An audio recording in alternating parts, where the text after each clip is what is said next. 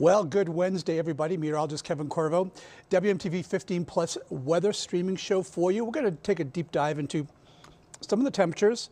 We're going to also kind of do a wrap up of what has happened across the United States, and we're going to talk a little bit about what comes next, because unfortunately for some across the United States, this winter weather is not done yet, and we could be seeing another storm affecting some, not everybody, but some, as we head into the weekend. So we'll talk about that in just 1 second. But for us, it has truly been the cold. And the question is, when will the cold break?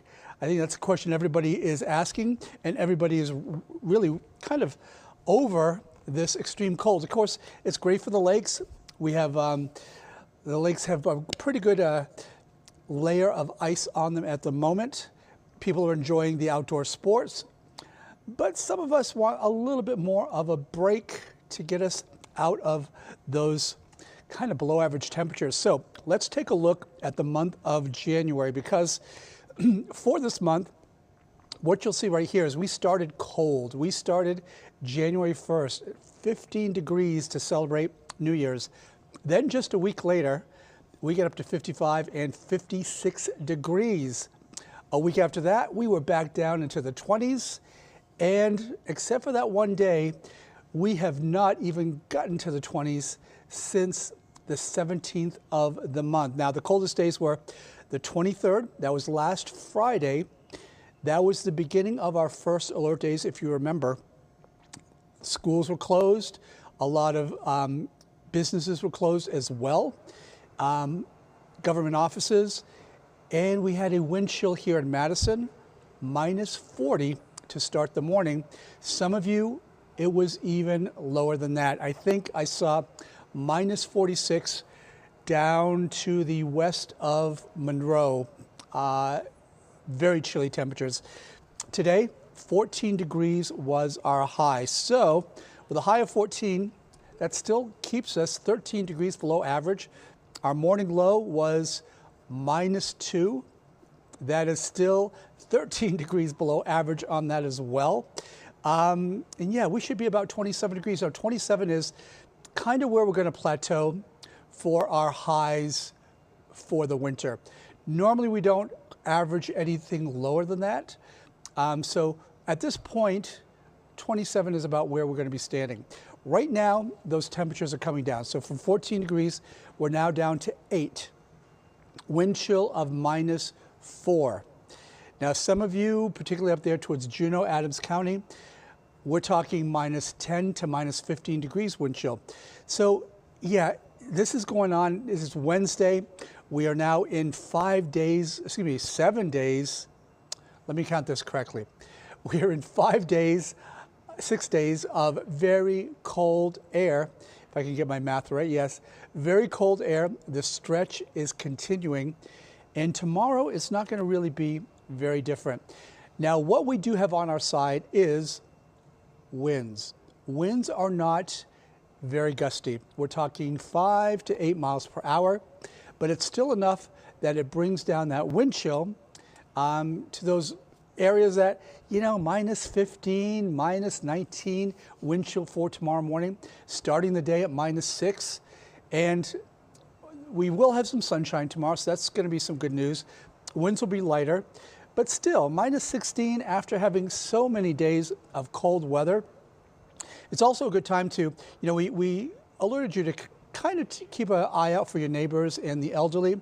And with this weather continuing, make sure you do that. I was talking to one lady the other day, and because of the weather, she was on my volunteer route, she did not get her medication from the pharmacy for days. So maybe there's something that you can do to help alleviate what they cannot do in that situation. But take a look at the wind chills over the next few days. Tomorrow morning, minus 16 degrees. Friday, minus 14. Now we're talking wind chill. And then on Saturday, we're going to start the day at minus 12. We've had a bit of a temperature roller coaster, but all these temperatures have still been well below average for this time of year. As we go towards tomorrow afternoon, we're going to get to about 12 degrees. Now that number to the left, to the right, excuse me, is not the wind chill. That is just how many degrees below average we are. So pretty much everybody tomorrow is going to be anywhere between 11 to about 16 degrees below average. On Friday, not much of a change. If anything, it's a little colder, and you know, we're really kind of in the stretch. That's going to put us at, this coming Friday is going to put us at 8 days of really chilly below average temperatures. And you know, it really kind of takes its toll on getting out there, spending any time. I was looking at the Cascade camera the other day, today, and people are skiing, but they're definitely bundled up. Now going forward, 27 is our normal. By Saturday, we start pushing back up towards that area. By Sunday, we will be back close to average for this time of year. So starting on Sunday, we are where we should be finally, but that is going to be about 9 to 10 days of really cold weather that has been below average. And I think everybody, just to get to average, is going to be a nice break. In terms of anything else, well, we are going to mark Thursday and Friday as red bar days because of the cold mornings. And then we're going to watch the potential of Sunday as well as next Wednesday for a little bit of snow. Now, we're actually above average for the month of January so far on snow.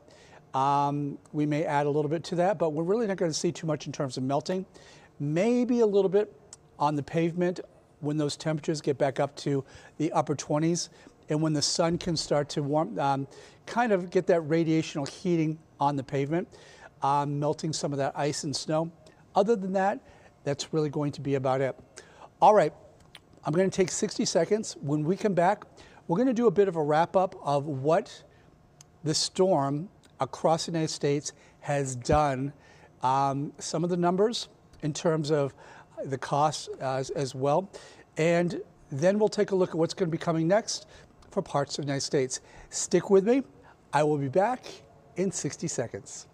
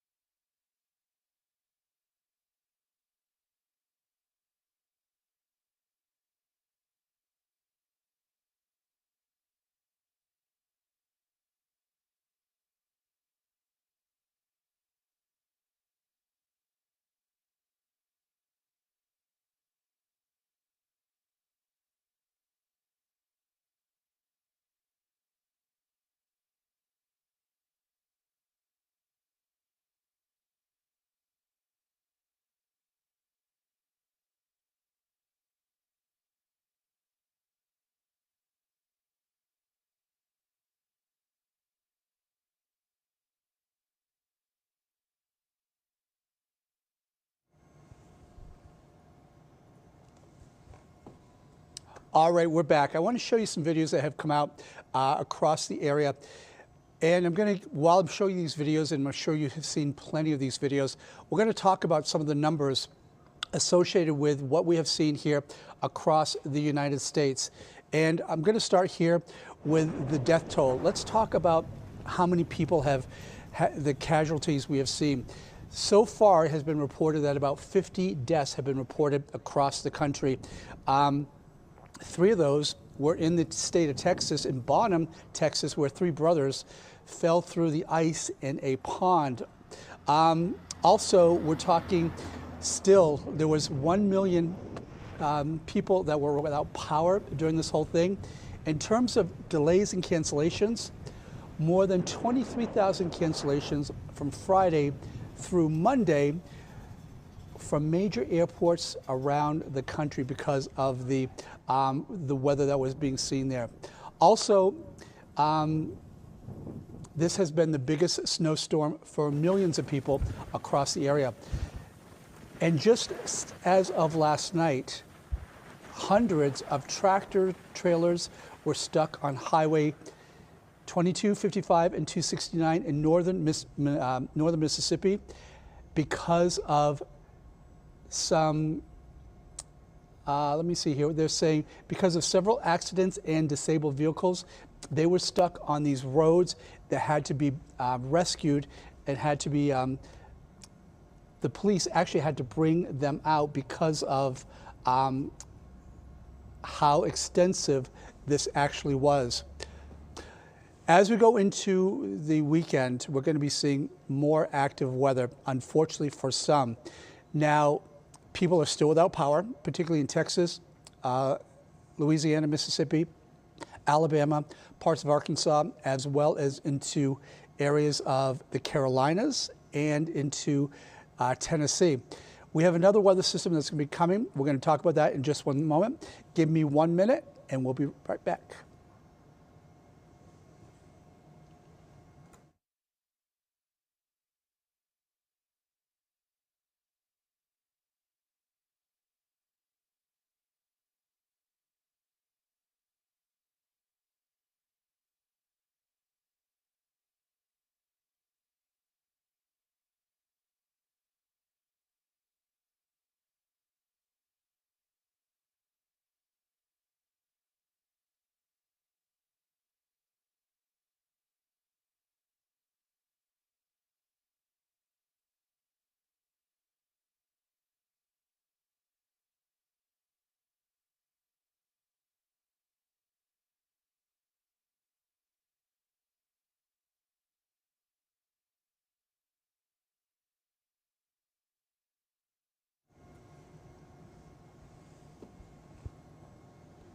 All right, everybody.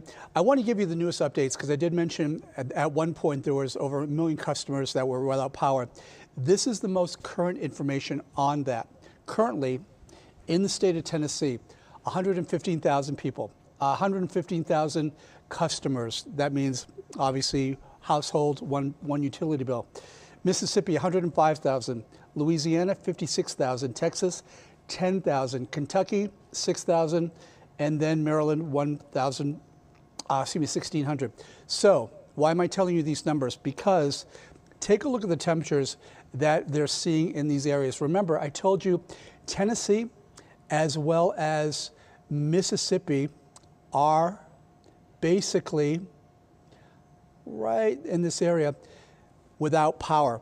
We're talking over 215,000 customers. That's almost 250,000. And look at these temperatures right now. Little Rock is 32. If we were to look at some of those temperatures, and you know, we're talking right now, it's 8:31 p.m. here, our time. They're also in Central Time. Overnight, those temperatures are going to go below freezing. So all of these people are without power and they are without heat as well. So this is something that hopefully will be improving by tomorrow. Take a look at the big map. You can see those areas, though, finally have a break. They can get in there, they can clean up, they can get the power lines back up. Not much is happening right now on our Sky Tracker HD in those areas, but I want to show you what is coming.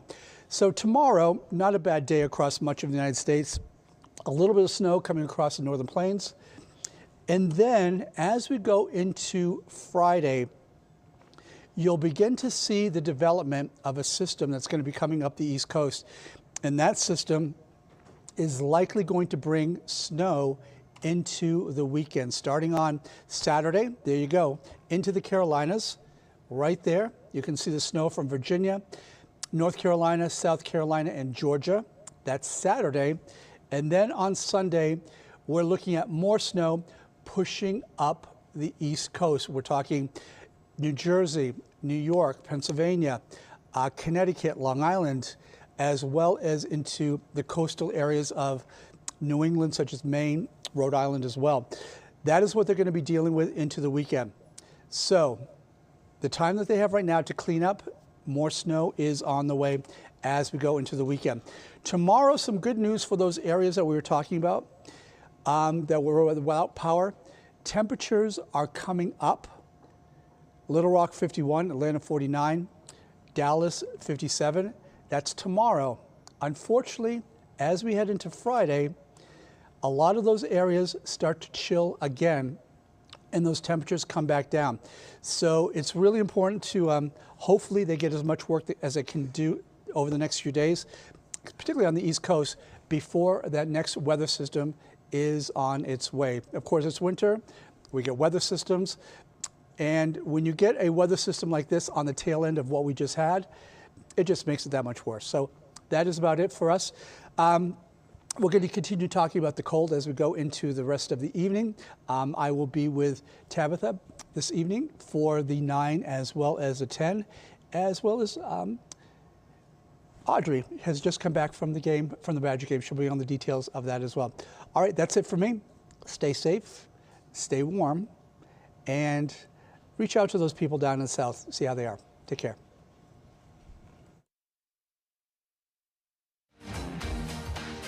At WMTV, 15 News to your Roku, Amazon Fire, Apple TV, or Google TV today. And never miss a moment of 15 News Plus.